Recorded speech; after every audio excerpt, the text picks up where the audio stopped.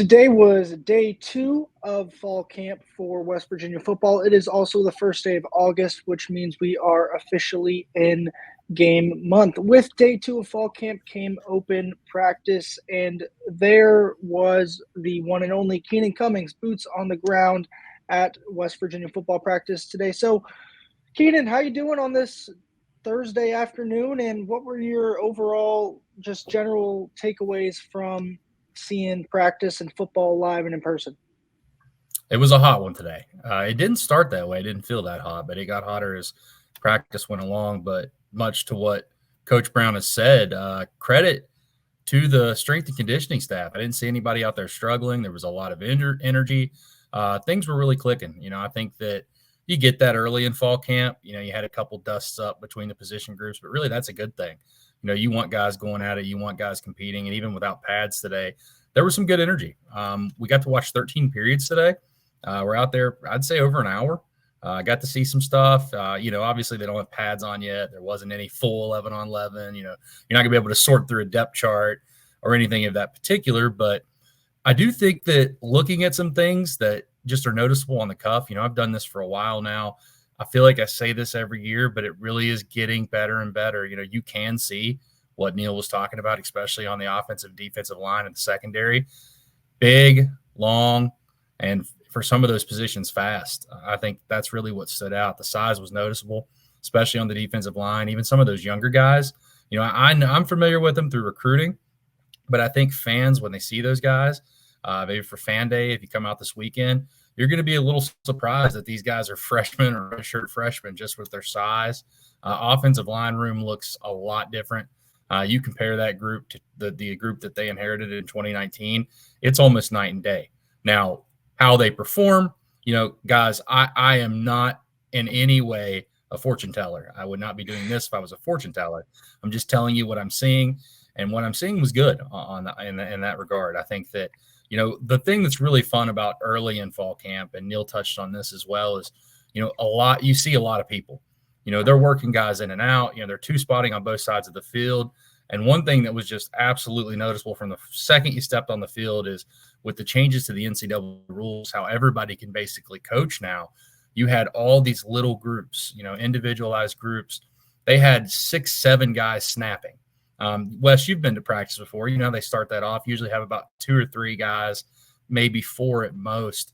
They had 6 or 7 guys running those snaps and getting guys work in, and coaches overseeing it, guys being able to watch it, being able to instruct, a lot of hands-on stuff. Got to see some of those young coaches really that are trying to make a name for themselves, some of the graduate assistants, analysts, and really take a big role. I watched Javon Codlin work with the DBs today for a little bit, and he was running that thing just like Shadon Brown would. And I think that was impressive in itself, and speaks to what Neil was talking about, getting those guys out there. As far as what people like to see or people like to talk about, some guys that stood out to me just physically, Gregory Genross, the tight end. I kind of forgot he was on the roster, to be honest with you. I was like, who's number 82? I couldn't piece it in my head. And then I saw him. I was like, oh, yeah, that's him, because he was a late junior college edition. I don't know how much he's going to be able to help this year, but he looks the part. A big guy, moves well. It's going to be interesting to see. He's got 2 years too, so going to play behind Cole Taylor this year, obviously, which everybody knows who Cole Taylor is. I'm trying to focus on guys you guys might not know about. So everyone knows Cole Taylor, but Genross is a guy I'm keeping an eye on, to see how he continues to develop, see where he fits into the picture. They worked a lot of 2 tight end looks, had a lot of different things like that. And you go up and down the board, man, they were moving guys everywhere. There were some units that seemed to work together a lot. The offensive line was pretty similar with everybody back now to the one you saw in the spring. Nick Malone was still working at right tackle. They had another group that had Ballsy, Cray, Livingston, Weedman, Johnny Williams, a lot of guys that you've seen work, and the receivers moved in and out too. You saw a lot of different groupings with them. So I think it's going to be interesting to see how this thing continues to develop, how much we get to see of practice and kind of where it goes from there. And I know everyone wants to talk about the quarterbacks, so I'll talk about the quarterbacks. I think Garrett Green did throw the ball pretty well. He had a really nice throw to Preston Fox that I saw. Now, keep in mind, guys, I'm trying to watch like 4 different things going on at once with all this 2 spotting. So I can't give you necessarily complete detailed view of what happened with each group, but I did see some good things. Jalen Anderson broke a long touchdown run. They had a nice little screenplay that they worked a few times. Traylon Ray, I think he scored. And on the other end, I think Jaden Bray scored a few seconds later. So there was a lot of, moving around. It was a hustle bustle. There's quite a bit of media members there. But I think it was cool just to kind of get that insight, get that perspective, because there's nothing like getting to see it live. Even if they're just going through some basic drills, going through some basic stuff, you still can pick up some things. And the energy level was good. I really was impressed with that. And I think that that's what you want to see early in camp.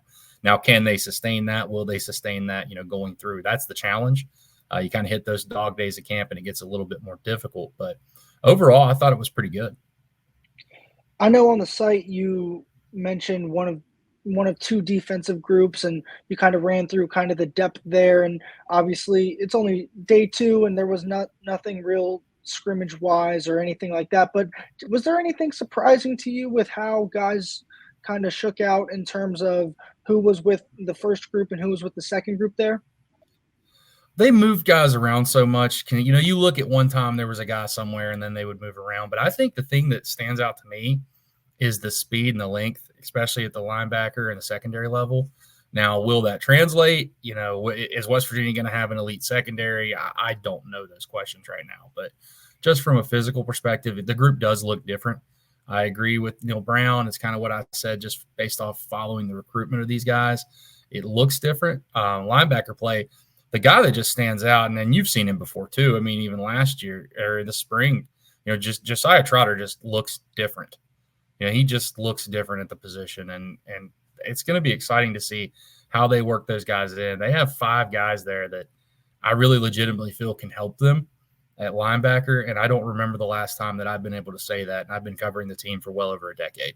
And that's just inside guys. They've got outside guys as well. So, but I am intrigued to see how some of these young defensive linemen develop, over the course of fall camp. I want to see if they can really make a dent, because they have a lot of versatility there, a lot of guys that can bounce around. I don't know if they have quite necessarily 9 guys. They can't full hockey change like they could do at times last year right now, but they have more versatility. I think of the guys that are you're going to be counting on, almost all of them can play multiple positions, and it's going to allow them to bounce around and kind of play different spots. You look at a guy like Sean Martin can play field boundary, Asani Redwood, the same thing. You can look at Eddie Vesserinen. You can look at Hammond Russell. They can play nose, boundary. So there's a lot of spots you can move those guys. And if you can get either, an Elijah Kinsler, who does not look like a freshman at all. He definitely does not look like a freshman that enrolled in January. And you got Nate Gabriel, who's another big kid. Zach Keith has really kind of reshaped his body. He looks like he could help. And Mekhi Byerson, all these different guys that it'll be interesting to see how they fit in the mix and if West Virginia can get what they need out of them. Because if they can, that group has gone from, I don't want to say a concern, because I like the first 6 guys there, but you have some real depth you can play with.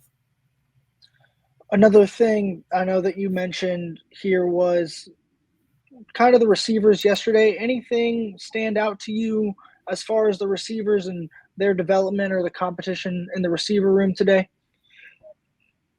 I think Hudson Clement's a player. I agree with Scott, who posted something a little bit after me. I was trying to bust that out, so I apologize. I don't get everything. I try to get that out before we go to interviews, but I think he's going to play a big role in this team. He looks very good. Traylon Ray looks very good. Justin Robinson is huge. Yeah, he is definitely 6'4". He looks, and Jaden Bray's the same way. They're filled out. I agree with Neil's assessment. I haven't seen this kind of length and size at the outside wide receiver spot in a while.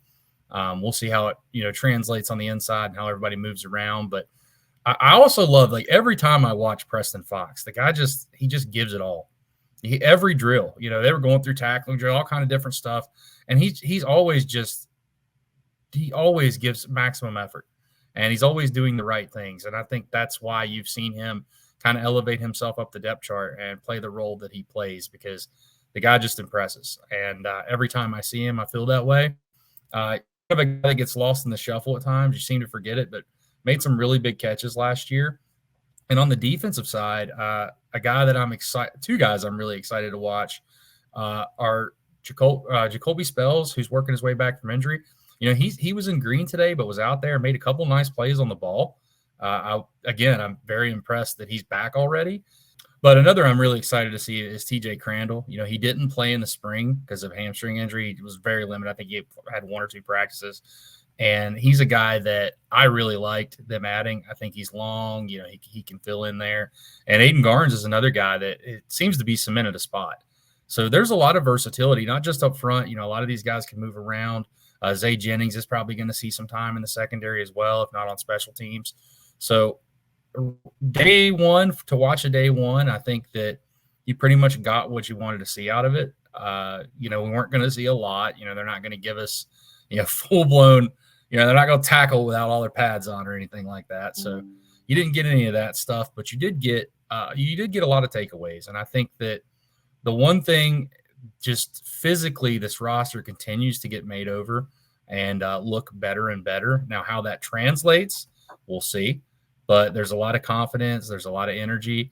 And like I said, there was a lot of kind of going back and forth with the offense and defense today, which even this early in fall camp, you want to see that. It's not a bad thing when guys are competing. So overall, I think it was a productive day for West Virginia. In addition to you being able to get eyes on practice, there were also interviews with players, Garrett Green, Sean Martin, Wyatt Milam. Any kind of things that stood out from any of those three, or was it normally just kind of business as usual in your opinion? A little bit of both. I think that we were able to glean a few things. I like that Sean Martin said he's, really focused more on his power moves. He's kind of embraced the fact that, his strength is his power, not necessarily his speed. So he has both in his repertoire, but he's going to focus more on what he can do with the power when he's rushing. And I think that that's going to help him in the long term. He's really kind of embraced that role too, much more vocal, seems more comfortable when he's up there too. Earlier in his career, you could tell he was not comfortable talking in front of people. Sure.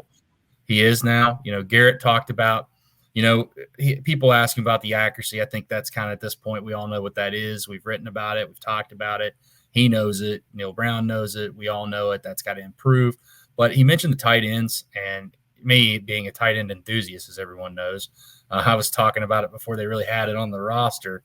I think that's great, the way they continue to do it. And now you can show people too. It's one thing to talk about using the tight end, but the way they were able to effectively do it last year, not only with Cole Taylor catching the ball, but, the way they use Traylon Davis, I think that that's going to really help, attract more tight ends in the future. And it's just a different, the way the game, it's almost you got to go forwards to go back, or go backwards to go forwards type deal a lot. In football, it seems like we're getting more away from the spread offenses. People are using 2 tight ends. People are running the football more. You're seeing it even at the NFL level with what the Chiefs did last year. So I think that you're going to continue to see that. And the tight end's so important because not only does it give you an extra gap in the run game, not only can you get a big body catching passes, there's just so many things you can do if you have a guy that you can move around the formation without having to change your personnel. So I think that that's going to be interesting to see how that's continued to put into the offense. But it was a fun day for fall camp number 2. Get an off day tomorrow, and then Saturday we'll be back at it. I will be back at it. You'll be back at it too from your location, but we'll be fan day. We get to watch the whole practice. We'll have interviews after, so we'll have a ton of content. We've got some written content already up on the site. We'll have more coming in the coming days and weeks, leading up to the season. Basketball stuff on the site, recruiting. I recommend you come try it out. Give us a spin. I think you'll enjoy it. You'll enjoy what we provide. And as I said, we're going to continue to develop and get more on this podcast, get you to tune in and enjoy it. Yeah, well, I appreciate you hopping on, giving everyone your thoughts and opinions on what you saw today. As Keenan said, we will be back with you guys here soon. And if not on here on the site, we are listening to your feedback, working through everything, and are trying to provide the best work and content we can heading into the football season. So for Keenan Cummings and myself, I'm Wesley Shoemaker, and thank you for watching.